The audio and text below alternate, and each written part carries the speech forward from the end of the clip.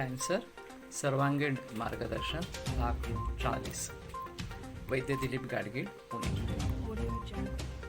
तो मैं कह रहा था कि बुरा कर्म अच्छा कर्म दोनों हो सकते हैं और उनका उसके अनुसार फल हमें मिलता है।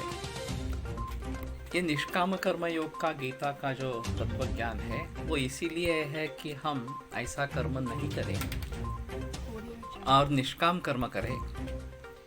तो जो भी कर्म हमने पहले किए हैं उनके भुगतने पर नया कर्म उत्पन्न न होने के कारण हमें मोक्ष प्राप्ति हो सकती है, लेकिन बहुत कम लोग दिशा से प्रयत्न करते हैं। ज़्यादातर लोग इसी प्रकार में कर्म करते रहते हैं, अच्छा बुरा इस प्रकार का, और फिर उसके अनुसार उनको बार बार जन्म की प्राप्ति होती रहती है और सुख दुख झेलने पड़ते हैं। खैर, इन बातों को छोड़िए। अगर हम व्यावहारिक स्तर पर उतरे तो क्या समझना चाहिए? केवल दैव पर निर्भर भी नहीं रह सकते हैं और पौरुष या यह जन्म का जो कर्म है उसके ऊपर भी केवल निर्भर नहीं रह सकते, ये वास्तवता है। चरकाचार्य ने कहा है कि दैवे पुरुषकारे च स्थितं यस्य बलाबलम्। दैव और पौरुषकार जो इस जन्म का कर्म है, इनके आधार पर किस प्रकार का आयुष होगा और कितना होगा वगैरह वगैरह, ये बातें निर्भर है। तो ये दोनों पर निर्भर है। तो हमें सजग होकर जो भी हमारे कर्म है उनको भुगतना है। नए कर्म इसी प्रकार से करने हैं कि कम से कम उससे नुकसान न हो। अगर फायदा मिले तो एक अलग चीज़ है, लेकिन पुण्य कर्म करें तो फायदा उसका मिल सकेगा, लाभ मिलेगा उसका। लेकिन कम से कम नुकसान करने वाले बुरे कर्म को तो हम नहीं करें, लेकिन प्रयास तो करने ही है। इसमें कोई संदेह नहीं है कि अगर कैंसर जैसी बीमारी हो जाती है तो उसमें प्रयास बिल्कुल ही नहीं करें, ये तो नहीं पॉसिबल होगा।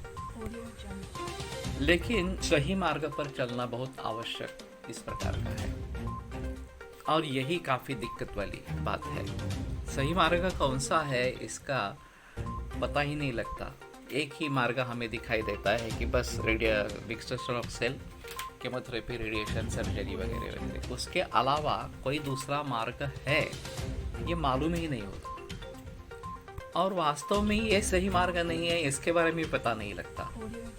सही मार्ग किसी भी अगर रोग को रोकना है तो उसके कारण ढूंढो, उसके कारणों को टालो, उसके विपरीत तो कुछ करो, तो ये सही मार्ग रहेगा।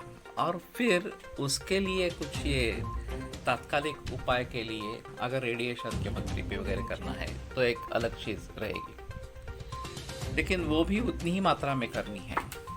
एक मैं उदाहरण बताता हूँ। 1993 में 1993 में एक मरीज को pancreatic head cancer with liver metastasis इस प्रकार का रोग हुआ।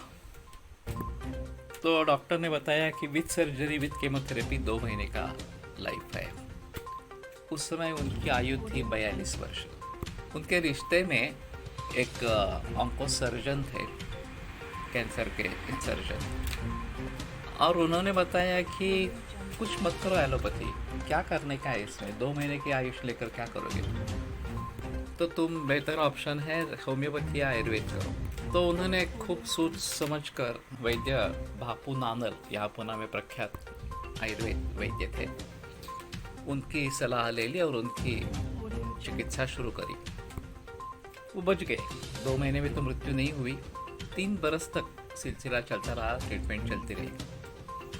फिर 1996 में नानल सर ने प्रैक्टिस बंद कर दिया उनके बुढ़ापे के कारण और उनके सेहत के हिसाब से। तो वो मेरे पास आ गए, और फिर 1996 से 2004 तक मेरी ट्रीटमेंट चली रही। अच्छे थे, उनका कारोबार एक बिजनेस था, वो कर रहे थे, और बाकी कुछ मुसीबत इस प्रकार की नहीं थी। 2004 में उन्होंने अपनी मेरी दवा छोड़ दी, सिर्फ यही कह कर कि अभी मैं तंग आ चुका हूँ, मुझे नहीं लेनी है ट्रीटमेंट, इस प्रकार से। आगे का भाग आगे सुनेंगे।